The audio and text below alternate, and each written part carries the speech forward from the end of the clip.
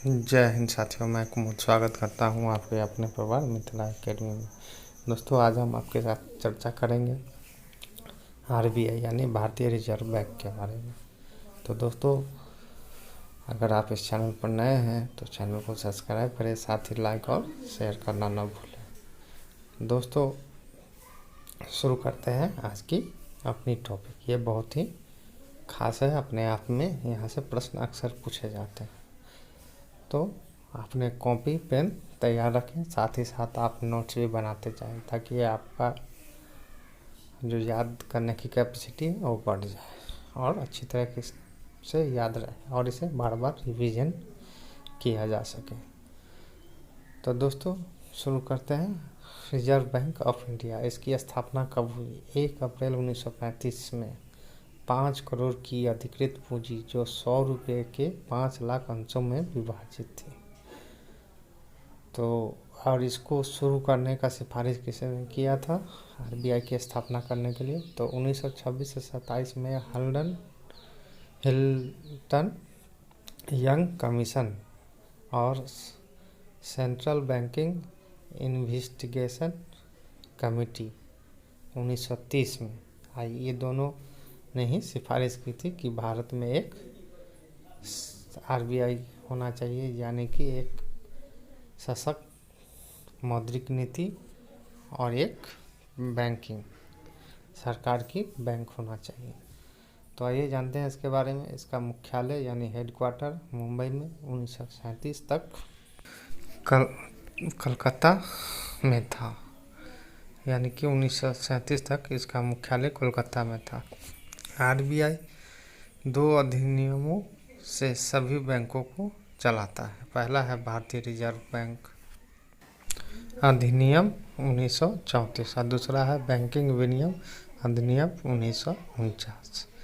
दोस्तों, अब हम जानने की कोशिश करेंगे कि आरबीआई का काम क्या है। तो सरकार के बैंकर के रूप में कार्य करना, विदेशी मुद्रा भंडार का संरक्षण, भारतीय बैंकिंग व्यवस्था पर नियंत्रण, बैंकों को बैंक के रूप में कार्य करना। 5वां है नोट निर्गमन करना। 6ठा है मौद्रिक नीति का संचालन करना। 7वां है अर्थव्यवस्था की साख नियंत्रण करना। तो दोस्तों, एक नोट डाल के लिख लीजिएगा। साख निर्माण वाणिज्यिक बैंकों द्वारा किया जाता है। दोस्तों, आप लोग साथ ही साथ नोट्स बनाते जाएं, बहुत ही इम्पोर्टेंट टॉपिक है। यहाँ से अक्सर प्रश्न पूछे जाते हैं। अब आरबीआई की संरचना के बारे में जानेंगे। इसमें 20 सदस्यों का एक केंद्रीय निदेशक मंडल होता है। इसका गवर्नर प्रथम सर ऑसबोर्न स्मिथ था और प्रथम भारतीय सीडी देशमुख, वर्तमान शक्तिकांत दास जो 25वां है। ये दोस्तों, ये तीनों कई बार एग्जाम में पूछा गया है। उसके बाद 4 रहता है उप गवर्नर। पहला महेश कुमार जैन, माइकल देवव्रत पात्रा जो एमपीसी के मेंबर हैं। तीसरा है बीपी कानूंगो और चौथा पद रिक्त है। तो गवर्नर की नियुक्ति भारत सरकार करती है। उप गवर्नर जिसने हाल ही में इस्तीफा दिया है वो विरल बी आचार्य है, यानी कि चौथा पद जो रिक्त हो गया है, यह विरल बी आचार्य ने इस्तीफा दे दिया। और एक वित्त मंत्रालय द्वारा नियुक्त सरकारी अधिकारी होता है और 10 भारत सरकार द्वारा नामित निदेशक जो देश के आर्थिक जीवन की विभिन्न क्षेत्रों का प्रतिनिधित्व करते हैं, यानी कि इकोनॉमिक्स के क्षेत्रों में जो बड़ा काम करता है वो 10 होते हैं। स्थानीय बोर्ड के निदेशक भारत सरकार द्वारा मनोनीत, ऐसे मुंबई, दिल्ली, चेन्नई, कोलकाता, इसमें 4 स्थानीय बोर्ड हैं और प्रत्येक स्थानीय बोर्ड में 5 सदस्य होते हैं। जैसे कि मुंबई में 5 होगा, 1 होगा अध्यक्ष और 4 मेंबर। दिल्ली में भी ऐसे, चेन्नई में ऐसे, कोलकाता में ऐसे हैं। यह 4 वर्षों के लिए नियुक्त होता है। आरबीआई के 27 क्षेत्रीय कार्यालय भी है। बोर्ड ऑफ डायरेक्टर की साल में 6 बैठक होती है। दोस्तों, साथ ही साथ नोट भी बनाते जाए, मैं बार बार बता रहा हूँ। और यह पीसीएस में पूछा गया था कि बोर्ड ऑफ डायरेक्टर साल में कितनी बार बैठक होती है? तो 6 बार। अब अगला है नोट निर्गमन। चौका प्रणाली, इसमें सिक्के 4 के गुणज में होते हैं। 4 आना यानी 1 चौअन्नी, 8 आना, 1 अठन्नी, 16 आना, 1 रुपया।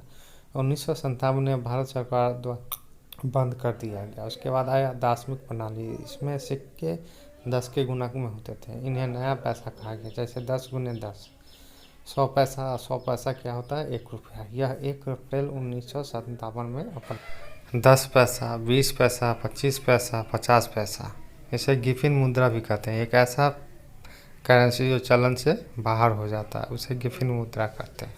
1 रुपया भी चलन में है। अब जानेंगे न्यूनतम कोष प्रणाली, यानी कि इस प्रणाली के तहत जारी किए जाने वाले नोटों के पीछे आरबीआई की कुल 200 करोड़ का रिजर्व कोष रखना पड़ता है, जिसमें 15 करोड़ मूल्य का स्वर्ण तथा 85 करोड़ की विदेशी मुद्रा शामिल है। तो दोस्तों यहाँ समझते हैं बहुत ही इम्पोर्टेंट बात है कि हमारे देश में जब सब कुछ है, नोट छापने की मशीन, मतलब सारा नोट बनाने का सारा सिस्टम है, तो हम ट्रक भर भर के क्यों नहीं बनाते ताकि हमारी आर्थिक स्थिति सुधार हो जाए। तो दोस्तों ऐसे ही नहीं मुँह उठा के बनाया जा सकता है। इसके पीछे एक प्रणाली काम करती है जिसका रूल फॉलो करना पड़ता है, जो मिनिमम फंड सिस्टम होता है। अगर आरबीआई को 200 रुपये बनाने हैं तो क्या करेगा? 115 रुपये का सोना और 85 रुपया का विदेशी मुद्रा बाजार या प्रतिभूति रखना पड़ता है। क्यों? अगर हम अमेरिका के साथ व्यापार कर रहे हैं तो हम अमेरिका के जो सामान खरीदेंगे तो उसको अमेरिकन डॉलर ही देंगे, वो तो भारतीय पैसा लेगा नहीं। तो क्या होगा? जितना ज़्यादा हमारे पास मुद्रा रहेगा, जितना ज़्यादा हम व्यापार करेंगे, हमारी अर्थव्यवस्था उतनी मजबूत होगी। इससे भी ये भी पता चलता है कि हमारे देश की अर्थव्यवस्था किस ओर जा रही है। तो दोस्तों यही पैसा बनाने का सिस्टम है। हम ऐसे ही पैसा नहीं बना सकते। अगर 200 रुपये यानी कि 200 रुपये बनाना है तो 115 रुपये का सोना और 85 रुपया विदेशी मुद्रा या उसकी प्रतिभूति रखना पड़ता है। अभी भी अमेरिकन डॉलर 75 रुपया होता है भारतीय पैसा से, यानी कि अमेरिका का 75 रुपया और भारत का 75 रुपया जो होता है वो 1 डॉलर होता है अमेरिका का, और हमारे लिए कितना होता है? 75 रुपया होता है। तो ये सिस्टम है, अपनी मर्जी से नहीं बना सकते हैं पैसा को। आप जानेंगे वर्तमान में प्रचलित इस प्रणाली को 1957 में अपनाया गया। रिजर्व बैंक का वित्तीय लेखा वर्ष 1 जुलाई से 30 जून तक चलता है। अब भारत में 1 रुपये के नोट एवं सिक्कों को छोड़कर सभी नोट आरबीआई द्वारा जारी किए जाते हैं। 1 रुपये का नोट वित्त मंत्रालय द्वारा जारी किया जाता है, उस पर वित्त सचिव के हस्ताक्षर होते हैं। वर्तमान में वित्त मंत्री भूषण कुमार पांडे हैं। वर्तमान में 1 रुपये या 2 रुपये का नोट का मुद्रण बंद हो गया, यानी कि अभी छपाता नहीं है, बंद हो गया। आरबीआई एक वित्तीय वर्ष में 10,000 करोड़ से अधिक नए नोट जारी नहीं कर सकते। आरबीआई अधिनियम या आरबीआई अधिकतम 10,000 रुपये तक का ही नोट जारी कर सकता है, यानी कि भारतीय रिजर्व बैंक जैसे 2000 का नोट आया ना, तो अधिकतर हम सबसे बड़ा नोट 10,000 बना सकते हैं। वर्तमान में आरबीआई 8 श्रेणियों के नोट जारी करते हैं। पहला है 5 रुपये का नोट जिस पर ट्रैक्टर का रहता है, लगभग हरे रंग का रहता है। फिर 10 रुपये, इसमें सूर्य मंदिर कोणार्क का चित्र रहता है। ये हल्का पीला टाइप का होता है। उसके बाद होता है 20 रुपये का नोट, वो उस पर एलोरा का गुफा रहता है। उसके बाद होता है 20 से बड़ा क्या होता है 50 इस रुपये का नोट, ये इस पर हम्फी रहता है। ये हल्का हरा और नीला में मिक्स रहता है। फिर आता है 100 रुपये का, इस पर रानी का वाव का चित्र रहता है। ये नीला और उजला कलर मिक्स रहता है। 200 रुपये जिस पे सांची का स्तूप रहता है, यह पीला कलर का होता है। 500 ये काला टाइप का होता है, काला सफ़ेद, ये इस पर लाल किला का चित्र रहता है। उसके बाद 200 मंगलयान रहता है। एक नोट पे रुपये सब 17 भाषाओं में लिखे होते हैं। समस्त प्रकार के सिक्के भारत सरकार द्वारा जारी होते हैं। वर्तमान सिक्के फेरेटिक, स्टेनलेस स्टील या क्यूप्रो, निकेल या एल्युमिनियम ब्राउन्ज के बने होते हैं और सिक्के ढालने की टकसाल मुंबई, कोलकाता, हैदराबाद, नोएडा और में सिक्के ढाले जाते हैं। मुंबई, कोलकाता में पदक भी ढाले जाते हैं और स्टाम्प पेपर भी इसी जगह बनाया जाता है। भारत में नोट निर्गमन के छापेखाने 5 हैं। पहला है नासिक, महाराष्ट्र, देवास, मध्य प्रदेश, होशंगाबाद, मध्य प्रदेश, मैसूर, कर्नाटक, सालबनी, पश्चिम बंगाल। नोट छापने का कागज़ होशंगाबाद यानी मध्य प्रदेश। नोट छापने की स्याही देवास, MP यहाँ मिलता है।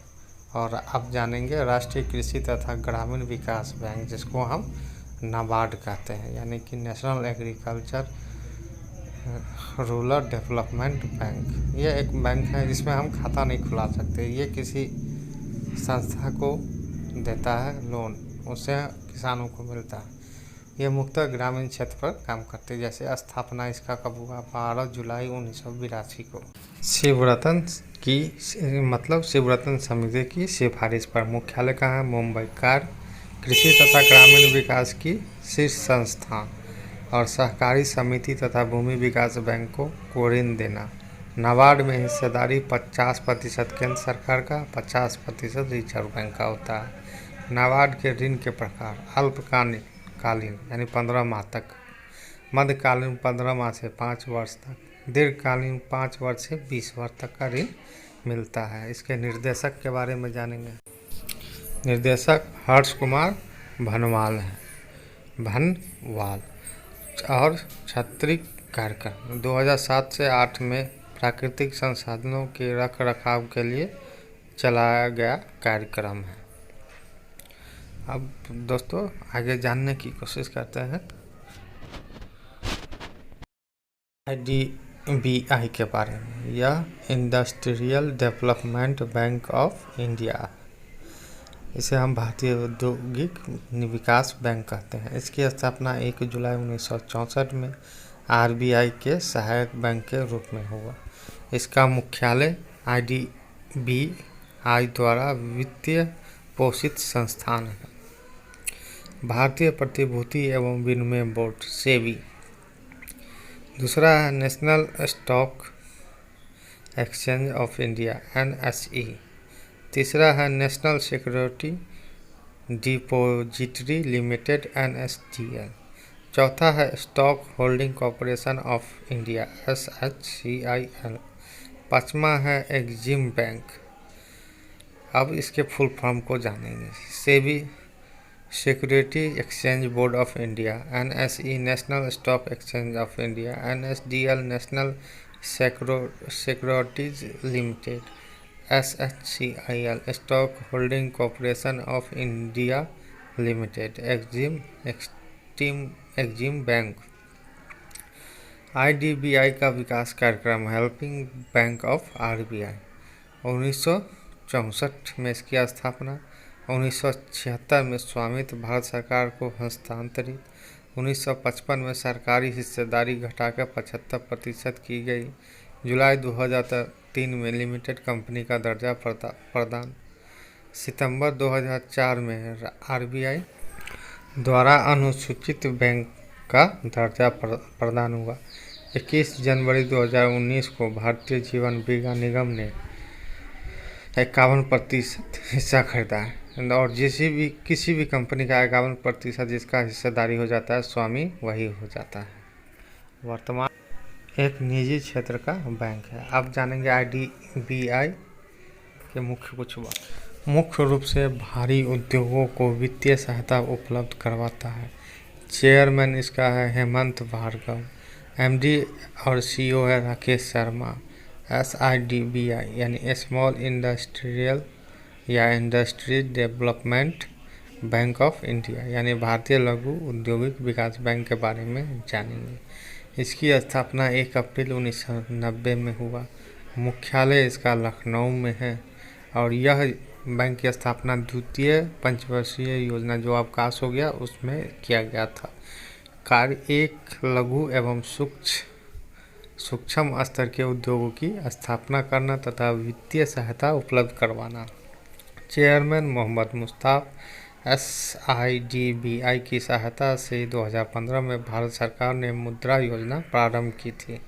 मुद्रा योजना यानी मुद्रा micro unit development reference agency. शुरुआत 8 अप्रैल 2015 को हुआ। उद्देश्य स्वरोजगार एवं उद्यमशीलता को बढ़ावा देना। इसके तीन श्रेणी के ऋण बांटे गए। पहला शिशु 50,000 तक, किशोर 50,000 से 5 लाख तक, तरुण ऋण 5 लाख से 10 लाख तक। ये मोदी सरकार की सबसे विफल योजना थी।